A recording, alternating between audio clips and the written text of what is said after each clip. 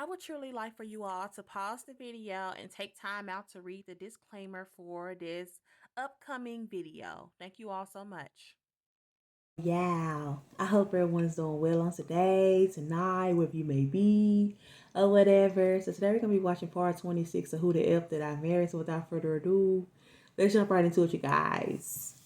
Get everything side up, and let's get it.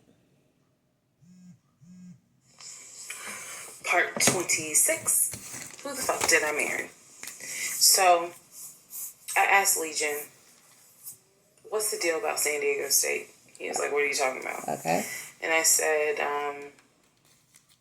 why is there no records of you there? It just came right out and said it.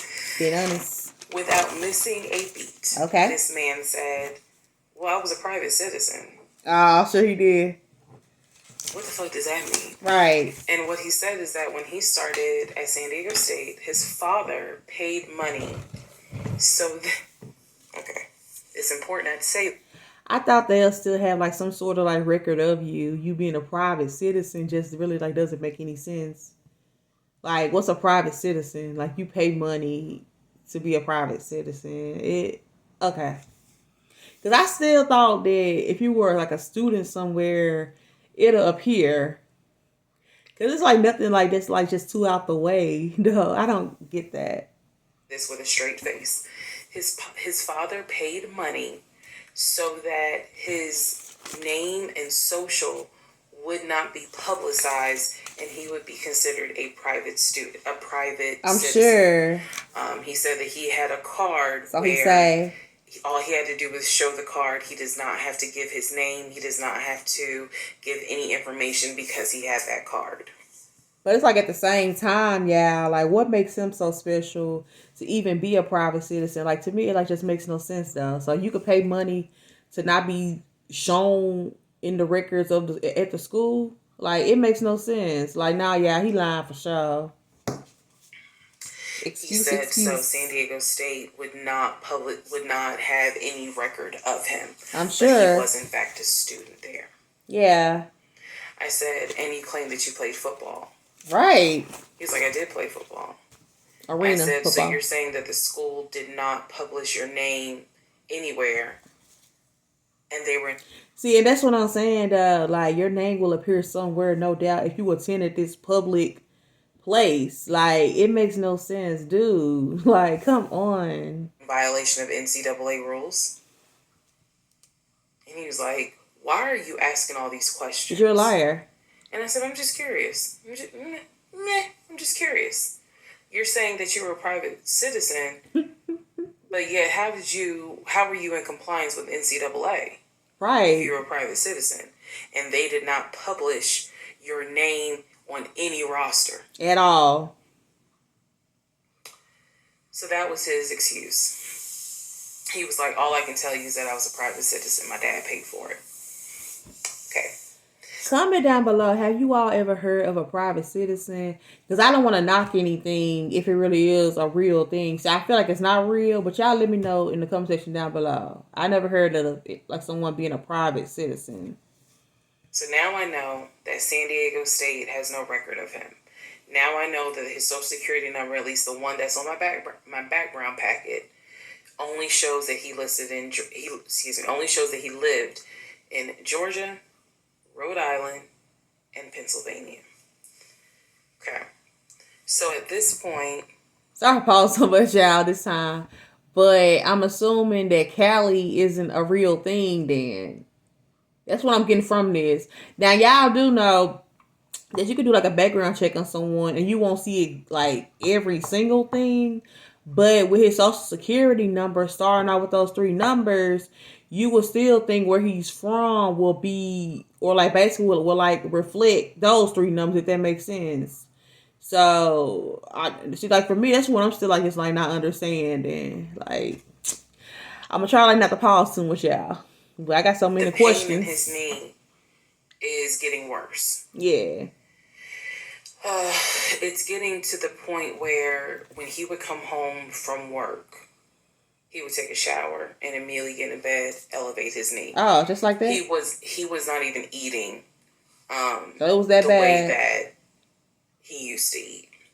Uh, It was getting to the point where at times, if you remember when I told you all about the miscarriage, they gave me pain meds because I had taken that pill. okay. But the pain meds I was allergic to, so I couldn't take them.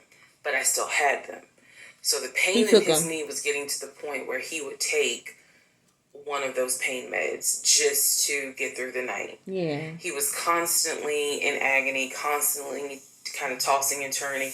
So much so that in May he moved into the guest bedroom because I couldn't deal with the tossing and turning thing. Okay. And he just said he was more comfortable there. So what at first was I hit my knee at work, turned into, no, it was an old football injury. This has happened before. Turned into, which one is it, sir? It can't be all of them. Let us know. it's painful for me to. And yeah, I'm trying not to keep pausing. Well, how come it's always something with this dude? Like, I understand stuff happen, but it's always something with him. Like, and it's always fishy every time he says something. Like, Walk on I'll be it. so annoyed. Turned into, it's actually hard for me to work on it. But he was still going to work at 6:15 every morning and coming home between 3:30 and 4. Okay. So it is, again, I'm just giving you guys the chronological order of how all this happened. So at this point, we're not looking for a house. Great. I still have not seen the two savings account. I'm pretty sure there's no money in those savings accounts. It's not. But again, he was going to put in an all-cash offer with Amber, the realtor. But how come he didn't, for real? I really didn't know what to believe, but I believed what I saw, which is I saw that background is not showing where he went to California. So at one point in May, it was close to mid-May. Okay. He calls me from work. He calls me from work, calls me while I'm at work, and tells me that he got a phone call from his stepson. The phone call from his stepson, the stepson was crying and was just absolutely distraught. And I'm at work in my office like, what's going on? And he says to me that the stepson informed him that his stepdaughter passed away.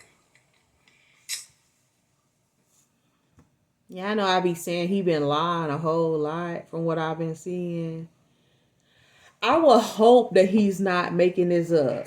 I will hope he's not making it up. But I guess we will find out because, y'all, death is nothing to play with at all. Like, it's not. So I hope he's really serious and not just saying that. That's really messed up. That she died from COVID.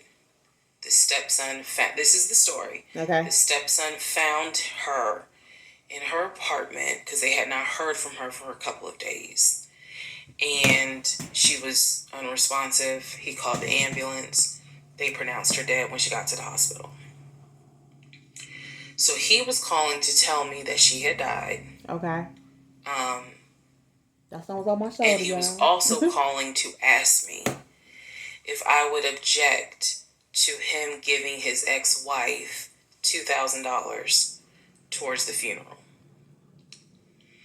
As I've stated before, and I still am this way to this day. I don't play about death. Yeah. So when he told me that she died, you believed it, of course. I immediately went into the, all right, I'm sorry to hear that. Whatever we can do to help. I will hope he's not making this up, yeah, but I guess we will find out once again. Let's hope. Because surely nobody would make that up. Right. So nothing to make up. Again, he was like, are you okay with that? He was like, we're married, and the agreement was that anything over $500 would be a discussion. So $2,000 definitely. And I said, yeah. I said, that's totally fine. I'm fine with that. He was upset because, again, he was close with the kids. And my heart went out to his ex-wife. It did, because I can't even imagine. I cannot even imagine. Most definitely. Oh, wait. So, y'all, like, let me know in the comment section what y'all think about this series so far. And I'll catch you all on the next video. Take care.